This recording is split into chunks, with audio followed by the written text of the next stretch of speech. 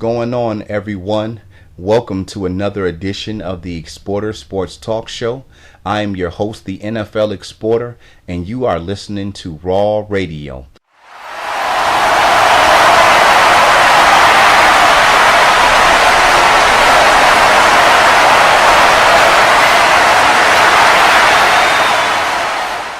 We'd like to thank everyone for tuning in tonight and each and every Wednesday at 6 p.m. where you get the latest news and updates for NFL and fantasy football, as well as any relevant or trending topics going on in the sports world.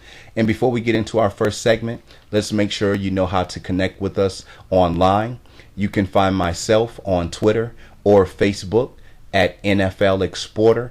You can also hit up my YouTube channel or put in the search engine on youtube.com, NFL Exporter on Raw Radio, and you'll be able to listen to any past episodes that you've missed thus far this season. And NFL Exporter is spelled NFLExporter. And then to find Raw Radio, you want to go to Facebook or Twitter and put in Raw Radio 1. That is all one word, RAWRADIO. ONE. Now, to be on the show, which I certainly am inviting you to do, you can use the call-in number, which is 716-249-0552. We just got that number last week, and so you certainly want to use that. And if you would prefer to hit us up via email, you can go to TESS, like Tom, Ed, Sam, at rawradio1.com. And for both of those, just leave your name, your city and state. Feel free to leave who your favorite team is, and we'll definitely make sure to get you included in the show. You know, you can leave a comment, you can ask a question.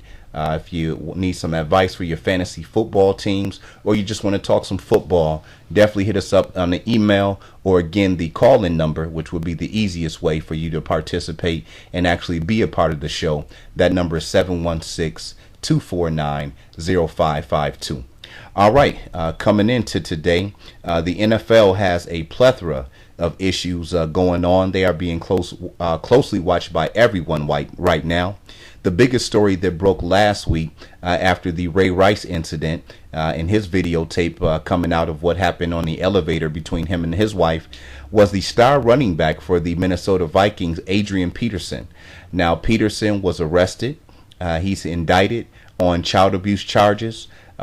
He beat, or I should say disciplined, his 4-year-old son. Now, this is interesting because this supposedly happened back in May or June of this year, but it didn't come, I guess, to the forefront until just recently this week. And so he was deactivated and did not play in the Vikings home game this past Sunday against the New England Patriots. Since that time, he has been activated, so he will be playing this Sunday against the New Orleans Saints. The interesting part of this is another story came out accusing Peterson of similar type charges back last year in 2013. And so right now, this is something that we're going to keep a close eye on. Again, he is activated and expected to play Sunday. But with the way that, technology and video footage and things like that seem to be coming out the woodwork across the board for the NFL players and even owners, there's no telling what's going to happen by the time Sunday comes around.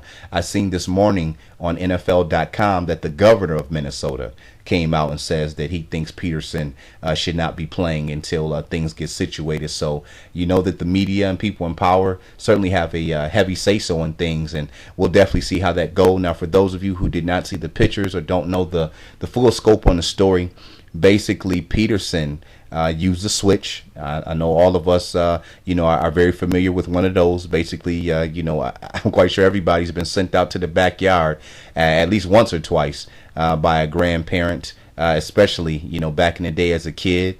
And you're simply taking the leaves off of a branch, and that's what you're getting. That's what you're getting a spanking or whooping with. And so Peterson did the same thing. Now, I guess what made the situation so bad is that the 4-year-old boy had cuts and bruises on his back, his buttocks, his legs, and his ankles. And so, we live in a different day and time right now. And so, This happened again back in May or June over the summer.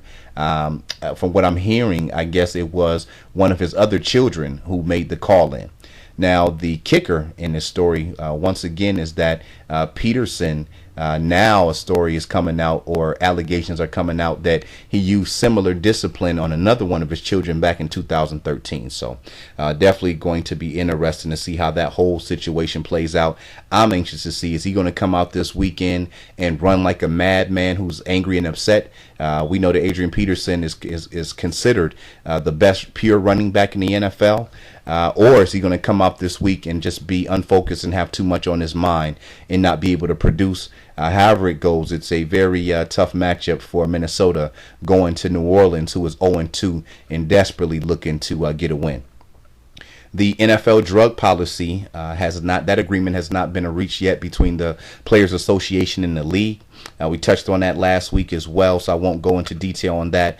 Again, if that policy or that agreement is reached between the Players Association and the NFL, it is going to higher or heighten the threshold considering these players when they take drug tests, and most notably Josh Gordon of the Cleveland Browns and Wes Welker of the Denver Broncos would have their suspensions reduced. Gordon would go from a season-long suspension down to 10 games.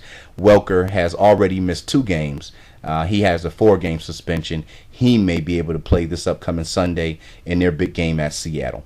Also, Ray Rice, that situation is going to continue to kind of be at the headlines of the NFL for quite some time. Now, Rice is actually appealing his situation and looking into some legal situations with the NFL as well as the Ravens. At the time that the Ravens terminated his contract and the NFL banned him indefinitely, he had already or was already serving a 2-game suspension.